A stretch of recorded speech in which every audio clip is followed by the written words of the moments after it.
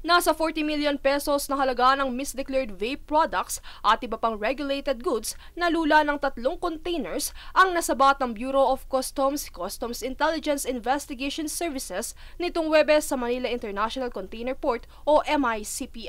Ang mga kontrabandong ito ay napag-alamang nagmula sa China kung saan ito ay falsely declared bilang kitchenware. Nitong Enero pa ng kasalukuyang taon nang maisyuhan ng hold order ng mga kargamento kasunod ng impormasyon na natanggap ng CIIS-MICP.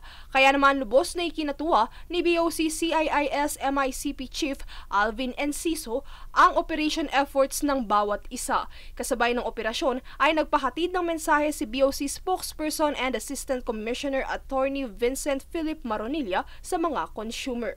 Huwag tangkilikin yung mga illegal vape products because hanggat may tumatangkilik yan, sabihin maganda yung benta dito, talagang may susubok na mag-smuggle yan. Kasi may kita yan. So hindi mo naman may iwasan. Yung mga tao mag-attempt, may malakas talaga loob.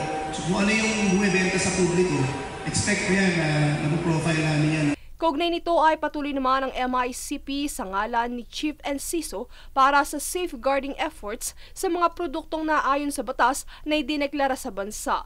At para naman sa ikatlong quarter ng taon ay patuloy ang operasyon at pagsabat ng ahensya sa mga illegal products na itinatawid sa mga port sa bansa. Samantala, inisyuhan na ng warrant of seizure and detention nitong July 23 ang mga kargamento sa ilalim ng forfeiture proceedings para sa mga paglabag sa Sections 117, 1400, 1401 at 1113 ng Customs Modernization and Tariff Act, Republic Act 11900 o ang Vaporized Nicotine and Regulation Non-Nicotine Products.